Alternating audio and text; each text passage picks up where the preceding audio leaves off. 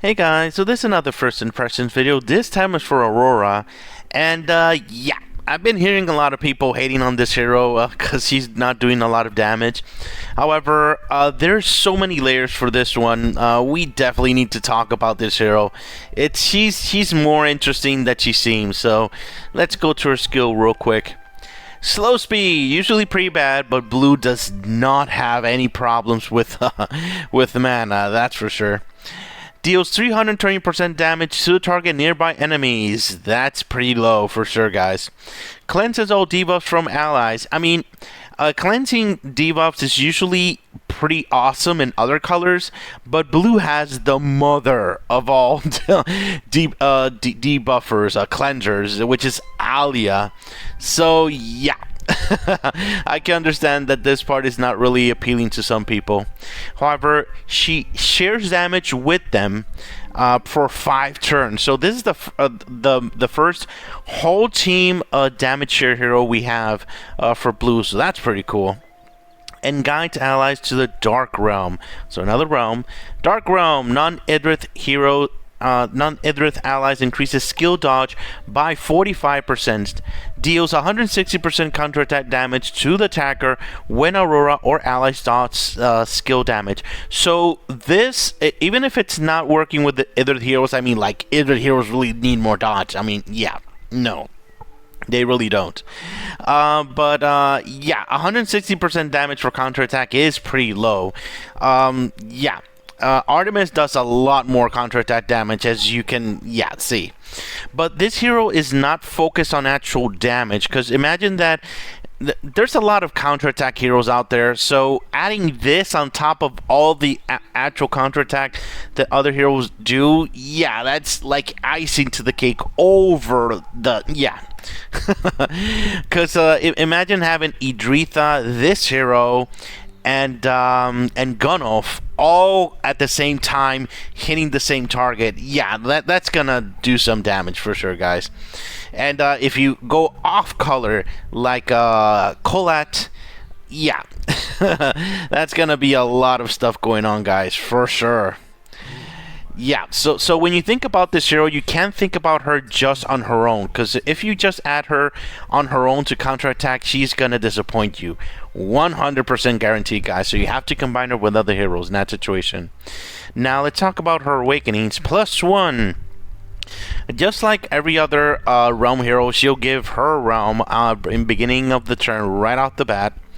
Enhanced Dark Realm. Aurora reduces the attacker's attack and defense by 20% for 3 turns when Aurora or allies dodge skills. So this ability may, when it actually goes off, may be stacking with Elmis. So if you have her and Elmis on your team, that debuff may be stacking when, that. So I haven't seen it, but I'm pretty sure this is gonna stack for sure when it counterattacks. So having a 40% less defense and attack is serious stuff, guys, for sure, or close to that number at least. Now +2 is the usual 10%. The +3 Enhanced Dark Realm has a 100% chance to recover a small amount of mana when Aurora or allies dodge. So this is interesting. Anything that can make extra mana come in is very, very important. So if you have other heroes that are gonna add mana, like Molly already adds mana if the heroes like even heals with lifesteal, so you get that mana plus this mana on defense. It can be relevant for sure. And if you have that artifact that adds mana every 3 turns, I think it is, that's a lot of mana working on there. So this +3 is more powerful than it may seem if you're combining it with other effects. Of course, this hero needs to be combined with other heroes there. Now the +4 is the usual 10%. And the +5, when the battle begins, share damage with all allies by 5 turns. Pretty much most of the heroes in the game that damage share the whole team have that in their +5, which is pretty awesome. I'm not complaining. I mean, our increases dodge by 30%, and grants all allies a shield equal to 50% of Aurora's max HP by 3 turns when casting a skill. So this is an incredibly powerful +5. So this is part of the criticism that with the rest of the awakening she's not very powerful, but only with her +5 she's very powerful. So I don't really agree with that. You can actually use her and the +3 and +1. However, at +5, this +5 is pretty freaking broken. Imagine doing 75% dodge right out the bat just by, yeah, that is pretty insane, guys. Oh yeah, that's for sure. And this specifically doesn't doesn't say that if it is for Idrith heroes or not. So yeah, I would like to definitely check out if this actually affects Idrith heroes as well, because yeah, that would be pretty sick as well, for sure. Alright guys, so let's take her to a spin real quick here with her little thing here. So we're going to talk about the amount of damage that she's actually doing, which is not a lot. So don't expect her to be like your killer, because some heroes are just there to actually give you like protection for the rest of your team and things like that. And I think they designed this hero to be just that, just like in that situation. Check this out. See, it looks like a lot here, but in real life, she looks, yeah, she's a lot more weaker when you're fighting in PvP. So, since she has this ability that does such a low amount of counterattack, there is a possibility that the devs in the future may decide to raise her damage, just like they did... just like they did Haroth. Oh my god. If they buff her counterattack and they combine her with Luna, she is going to be friggin' broken if they raise her attack, that's for sure. But for now, this is how she is. And she's not bad. She's not bad for sure. But if you're thinking that she's going to be your main damage dealer, that is not a good option for sure. She is there to damage share, add a little bit more mana, do the debuffs to actually have the enemies actually have this debuff here, to actually have them, you know, pretty much neuter them and help you actually win the fight in that situation. So that's the main thing that you have to focus on. Don't think she's going to be your #1 damage dealer for sure. For now, who knows, maybe they'll really buff her attack like I already mentioned. And look at all these shield. If you get it to +5, yeah, that is pretty crazy, guys. Alright, let's see. Let's try to finish this fight. This is taking way too much time, and I'm pretty sure that's because of her low amount of the counterattack damage that she's doing. Let's see if this is gonna kill one. No it didn't. Yeah.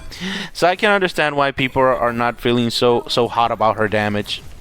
Let's make it a little faster here.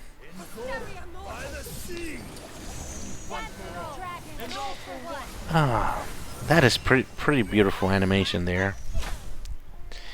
So yeah. It shows that she's doing a lot of damage, but yeah, in real life she doesn't do so much damage, guys. So she's there to actually help you out. So in this situation, I'm going to show you now a fight of her being +1. And there's something you have to remember. If you have a damage share hero and you put another hero that does some sort of damage share, don't put her next to Aurora, or it's gonna counter the damage share. Like for example, don't put Gunnulf right next to Aurora, so that's gonna counter her damage share in that situation. So check out this fight, see how she moves with Gunnulf.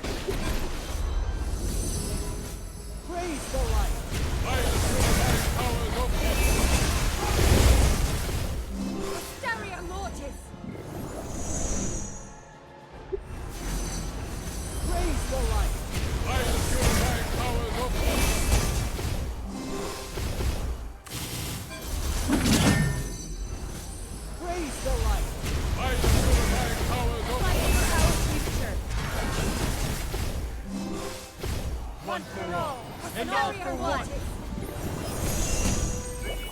Feel the fury of dragons.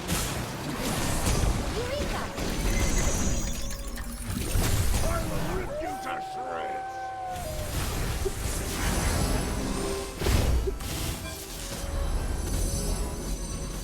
Praise the light! I will fill my powers of Fighting our future. One for all, and all for one. Feel the fury of dragons. Eureka! Stereo Mortis!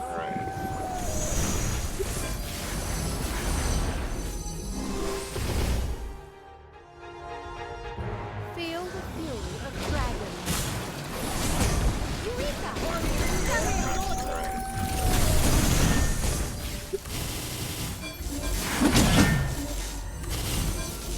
by the purified powers of Fighting our future.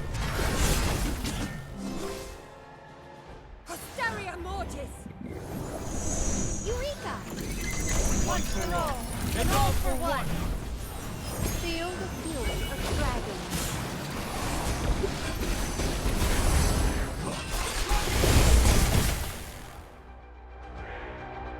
Eureka! Feel the fury of dragons.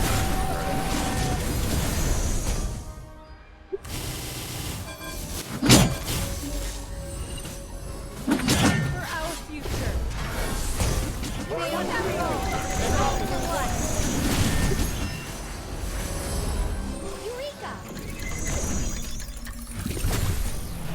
So as you can see on that fight, she didn't do a lot of damage. She wasn't wow damage. However, she helped the entire team survive and actually doing the counterattack in that situation.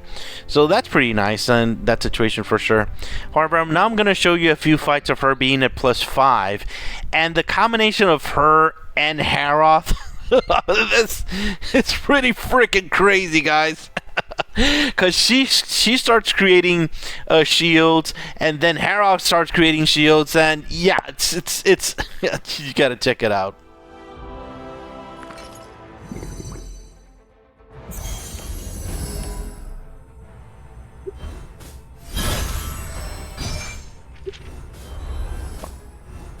Jet follows. Bring on the jump.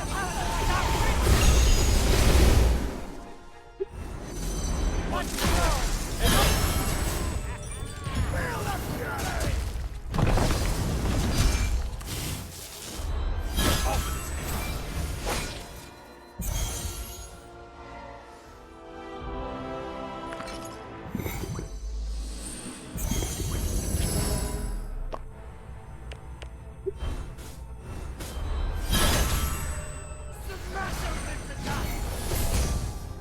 You will all obey me!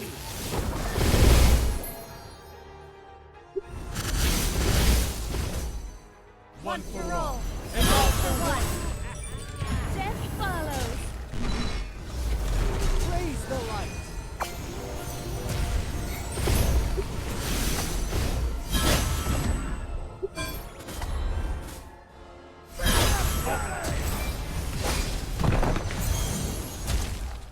Oh my god, that is so amazing to watch. Seeing stuff like that makes me regret not getting Haroth when he was really released. I don't have Haroth for sure. So yeah, if you get this hero to +5, yeah, her +5 is pretty freaking amazing. However, let's talk about now her weapon.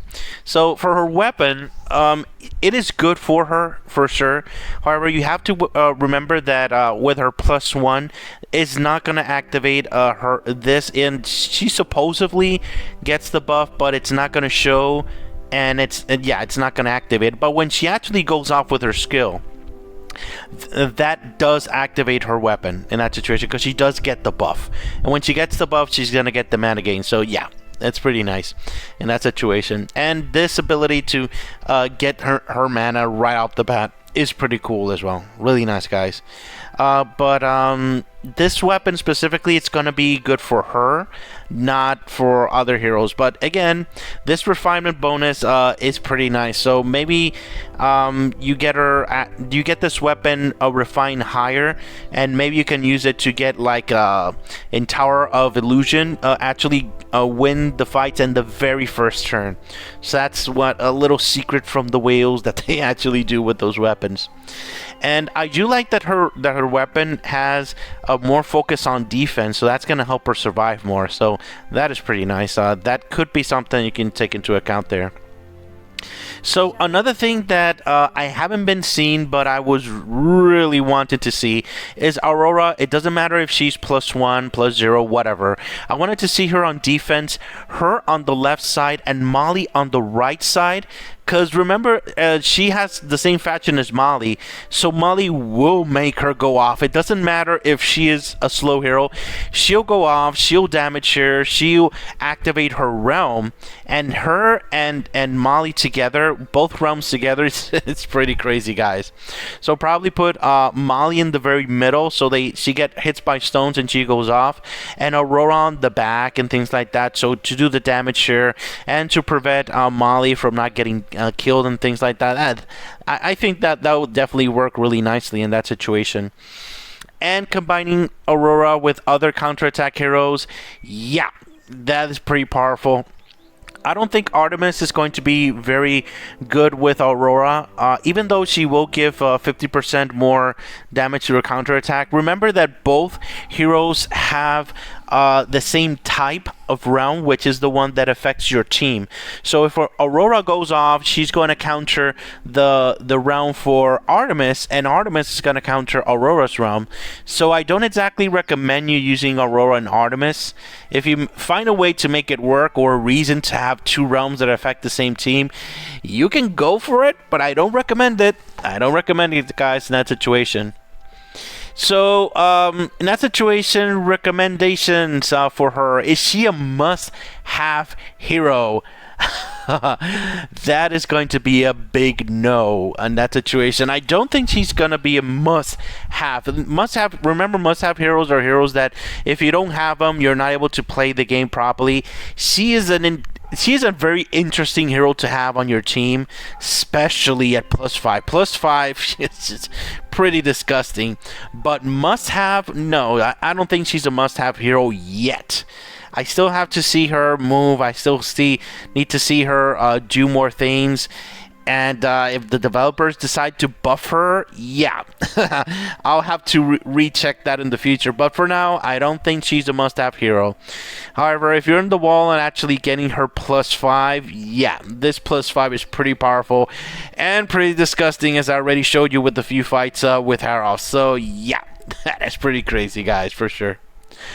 All right, thank you very much for watching, guys. Have a great day. Bye-bye.